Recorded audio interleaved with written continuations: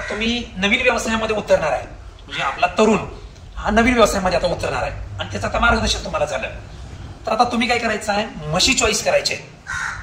मग आता सगळ्यात महत्वाचं म्हशी कुठल्या निवडायच्या, तर म्हशीमध्ये आपल्याला प्रामुख्यानं जाती भरपूर आहेत, पण आज व्यवसायासाठी 4 म्हशी आहेत. 1 नंबरला आहे जाफराबादी म्हैस. बरं, आता ते उगमस्थान कुठं, गुजरात.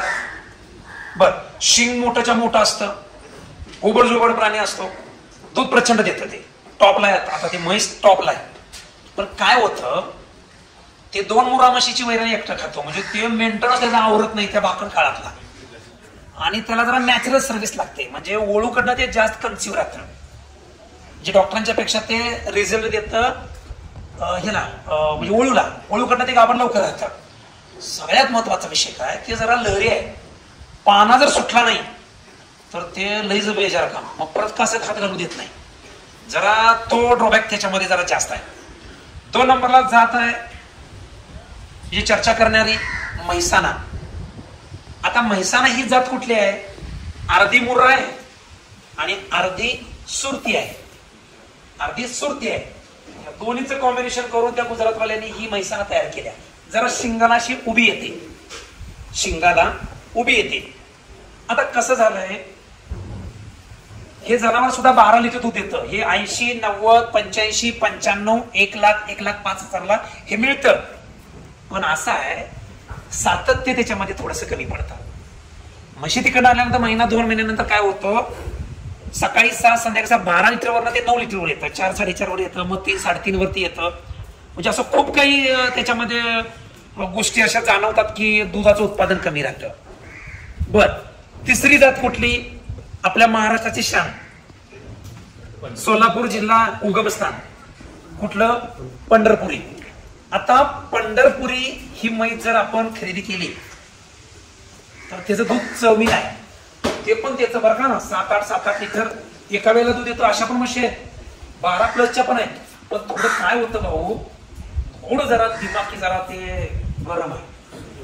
आपल्या महाराष्ट्राचं आहे म्हणून नाव ठेवता येत नाही, पण इतकं गरम आहे, ते प्रेम वेळ आहे, ते धार काढणारा भयानक प्रेम. मग ते साडी हिरवीच पाहिजे, लुगडं तिचं काळच पाहिजे, तिचं ब्लाऊज असाच पाहिजे, मग ते रिडकुमाचंच पाहिजे, मग दुसऱ्याला कोणी येऊन चालत नाही, म्हणजे असं ते आहे.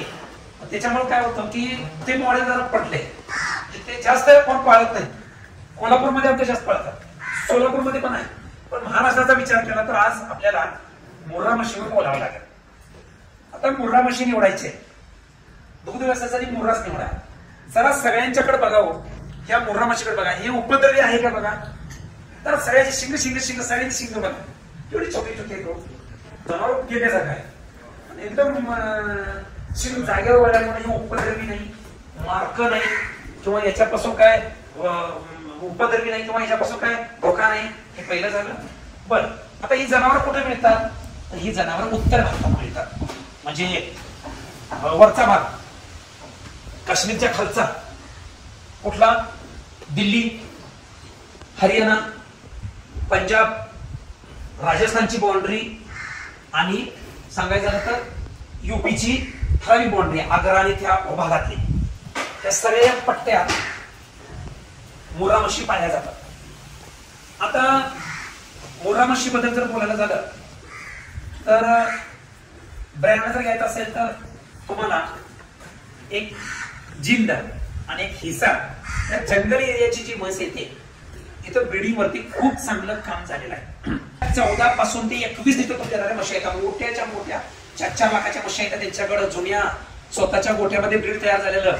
आणि त्यांच्या पोटाला जन्माला येणारं जे काय कालवड आहे, ती कालवड मात्र गावातल्या ग्रामपंचायतीनं खरेदी केलेल्या वळूपासून पैदास होते, म्हणून ते राज्य उभं राहिले ब्रीडिंग मध्ये. म्हणजे आई ब्रँडेड आहे 14-15ची, आणि वळूची आई ब्रँडेड आहे 20-22ची. जन्माला येणारी कालवडी किती लिटरची येईल हो, 100, म्हणजे 12+ तरी आहे पहिल्या वेताला, म्हणून ती राज्य मोठी झाली. मग आता निकष काय आहेत, आता तुम्हाला मी इथूनच दाखवतो भैया, ह्याला दाखवायचं.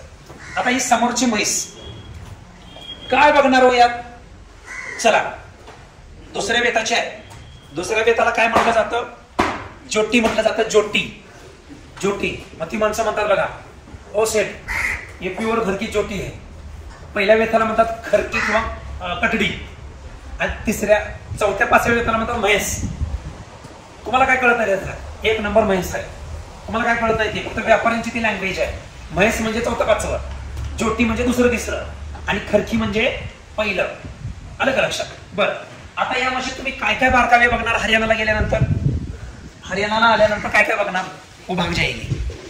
काय काय बघणार? ही म्हैस दाखवा. शिंग गोल आहे, पसंत आहे. जनावर ताजत तवान आहे, एकदम फ्रेश आहे, मला मंजूर, मला पसंत आहे. कपाळ रुंद आहे, मला पसंत आहे.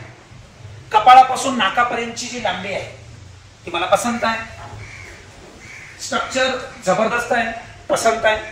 अंगावरचं कातड चकचकीत गुळगुळीत आहे, मला पसंत आहे. केसांची लव बारीक आहे, मला पसंत आहे. गुडघी नावाचा आजार कुठेही नाही, कुठेही गुडघ्याला सूज नाही, कुठेही नाही, मला पसंत आहे. सगळ्यात महत्वाचं, बरगड्या पूर्ण झाकलेल्या आहे, मला पसंत आहे. पाठीमागचा पुठा बघा, पाठीमागचा पुठा बघा, मला दाखवायचा आहे. हा पुठा बघा, पसंत आहे. आणि थानं 3.5 इंचाच्या वरची नाही, ते लांबडा लांबडा केळं घेऊन यायची नाही जाऊन. 3.5 इंचाच्या चौकावर गॅप पाहिजे, गॅप. जॉईंट थानं घ्यायची नाहीत, जॉईंट असलेली थानं घ्यायची नाहीत, सुटी सुटी भाग पाहिजेत. आणि सगळ्यात महत्वाचं, शिंग मोडलेला असू देत, तुटलेला असू देत, खाली दुधाचं पासिंग किती आहे ह्याच्यावर लक्ष द्या. तिथं एक व्यापारी दुसऱ्या व्यापाऱ्याला, आम्ही जर समजा एखाद्या व्यापाऱ्याकडे गेलो तर तो व्यापारी दुसऱ्या व्यापाऱ्याकडे, तिथं मंडई असतात, तिथं मंडईमध्ये फिरायला नेतो. तिथं काय विचारतो माहित आहे? ओ सेठ कितना दूध देते? सेठ ठंडा दूध 12 लीटर ना, आपलं 2 नहीं 3 टाइम ले लो, आज खाली करो, कल सवेरे और कल शाम को आ जाओ. ते म्हणतं. मग तुम्ही म्हणता ती पसंत आहे, आणि तो देणारा व्यापारी म्हणतो ही घ्या. मग हे तुमच्यात आणि त्याच्यात असं का होतं? गैरसमज का होतात? तर त्या व्यापाऱ्यानं त्या व्यापाऱ्याला सांगितलं असतं पुढच्या 2 सडातलं दूध आघाडी पासिंग कितना आहे ते विचारतंय. म्हणजे तुम्ही ज्या शेडजीकडे जातात तो विचारतो त्याला आघाडी पासिंग कितना आहे. तर पुढच्या 2 थानातनं जर 1.5 लिटर दूध येत असेल, 1.5 लिटर दोन्हीत न, पण 1.5 नव्हे, दोन्ही मिळून 1.5 लिटर जर येत असेल तर ही म्हस 11-12 दूध देईल. 1 लिटर 700 मिली जर येत असेल पुढच्या 2 थानातनं तर 12 लिटर दूध येते. पुढच्या थानातनं जर 2 लिटर जर दूध आलं पुढच्या 2 सडातनं तर 12-13, 2.5 आलं, 2.5 लिटर आलं, 15-16. म्हणजे निकष कुठं आहेत माहिती आहे काय? 2 थानातनं, पुढच्या 2 थानातनं 2 लिटर जर दूध येत असेल तर ती म्हैस सोडू नका, 12+ आहे. हे बारकाव्यानं तुम्हाला बघावं. तर मला हे तुम्हाला का सांगायचं आहे? तर गायींच्या निवडीमध्ये तुम्ही फसणार नाही, पण म्हशीमध्ये फसू शकता. म्हैस चालवली जाते, बघितली जाते, जी सिस्टम आहे कासाची ही टोटल जॉईंट नको, सडी सुटी सुटी पाहिजे. आणि एक पुठ्ठा असा फ्लॅग पाहिजे, पुठ्ठा जबरदस्त पाहिजे.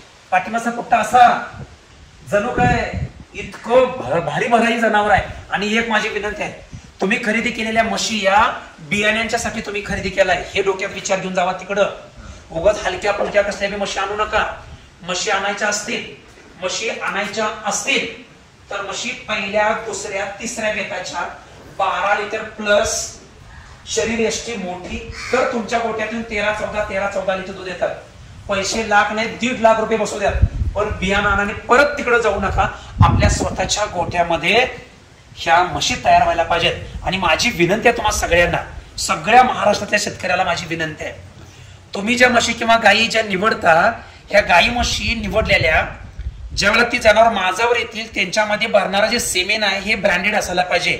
म्हशीमध्ये 3500 लिटरच्या वरच्या त्या वळूच्या कांड्या भरवा, आणि गायीमध्ये 11-12 हजार लिटरच्या वरच्या भरवा, तरच आपला महाराष्ट्र ब्रीडिंग मध्ये पुढे जाईल. विनाकारण संख्या वाढवू नका म्हशींची आणि गायींची. तयार झालेली पैदास ही उत्कृष्ट व्यवस्थापनातून तयार करा, आणि वर्षाला तुमच्या गोट्यातल्या 2-3 लाखाच्या गायी म्हशी विका, आणि ते पैसे तुमच्या सेव्हिंग वरती ठेवा. ते पैसे बिझनेस मध्ये लावू नका. कारण येणाऱ्या 15 वर्षामध्ये तुम्ही कमीत कमी 1 CR पर्यंत तुमचा स्टॉक तुमचा पैशाचा झाला पाहिजे. तुमच्या म्हातारपणासाठी, तुमच्या मुलाच्या शिक्षणासाठी, लग्नासाठी हे पैसे उपयोगी येतील. म्हणजे व्यवसाय करायचा असेल तर ब्रीडिंग वरती काम करायचं असेल तर तुम्ही म्हशीगाई चॉईस चांगल्या करायला पाहिजे. हे झालं सगळं म्हशींच्या आणि गायींच्या निवडीबाबतची चर्चा.